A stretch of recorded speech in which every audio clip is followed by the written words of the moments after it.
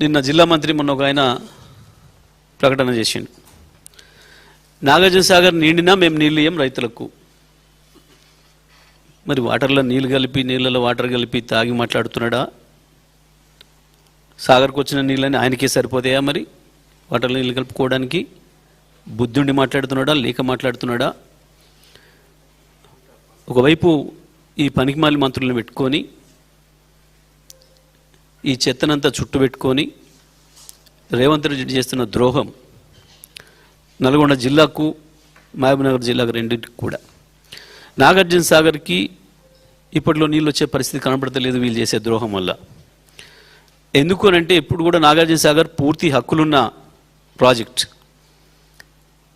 తెలంగాణలో కృష్ణా నది అంతో ఎంతో ఉపయోగపడితే నాగార్జున సాగర్తోనే ఎడమ కాలువతోనే 4-5 లక్షల ఎకరాలకు నీళ్ళు వచ్చేది. పైన అన్ని లిఫ్ట్లే.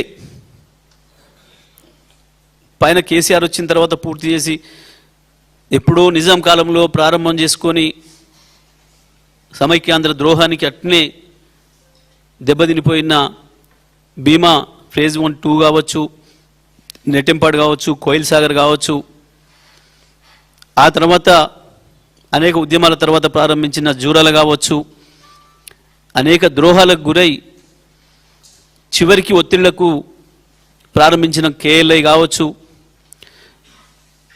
ఎక్కడ కూడా ఒక్క లిఫ్ట్ ఇప్పటి వరకు వాళ్ళు ప్రారంభం చేయలే. నీళ్ళు ఒకవైపు నుంచి వస్తున్నాయి, కనబడుతున్నాయి. నారాయణపూర్ నిండింది అన్నప్పుడే ఇక్కడ ఉన్న నీళ్లను మనం లిఫ్ట్ చేసుకోవడం ప్రారంభం చేసుకోవాలి. ఎందుకంటే మనకున్న లిఫ్ట్ల కెపాసిటీ చాలా తక్కువ.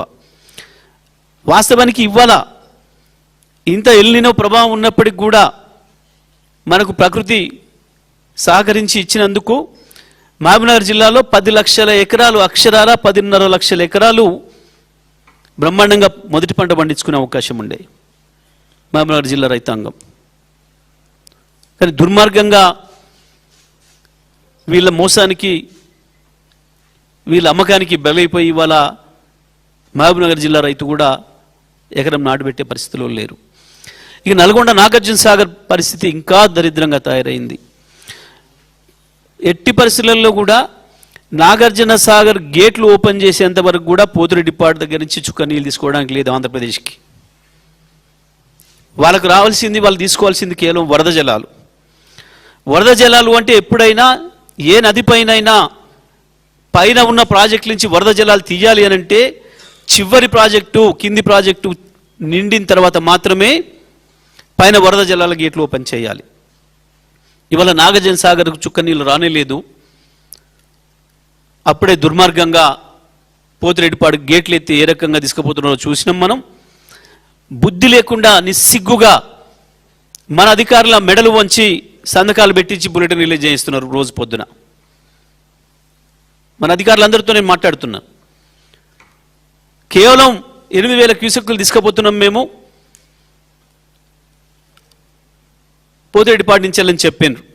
కానీ ఇవాళ మీరు చూసినారు ఆ కాలువ ఎంత ఉంది, ఆ ప్రవాహ వేగం ఎంత ఉంది, దాని వెడల్పు ఎంత ఉంది, ఎట్లా పోతుందో. తక్కువలో తక్కువ 30,000 నుంచి 40,000 క్యూసెక్కుల నీళ్లు పోతున్నాయి ఆ వైపు. ఇక నాగార్జున సాగర్కి నీళ్ళు ఎప్పుడు రావాలి?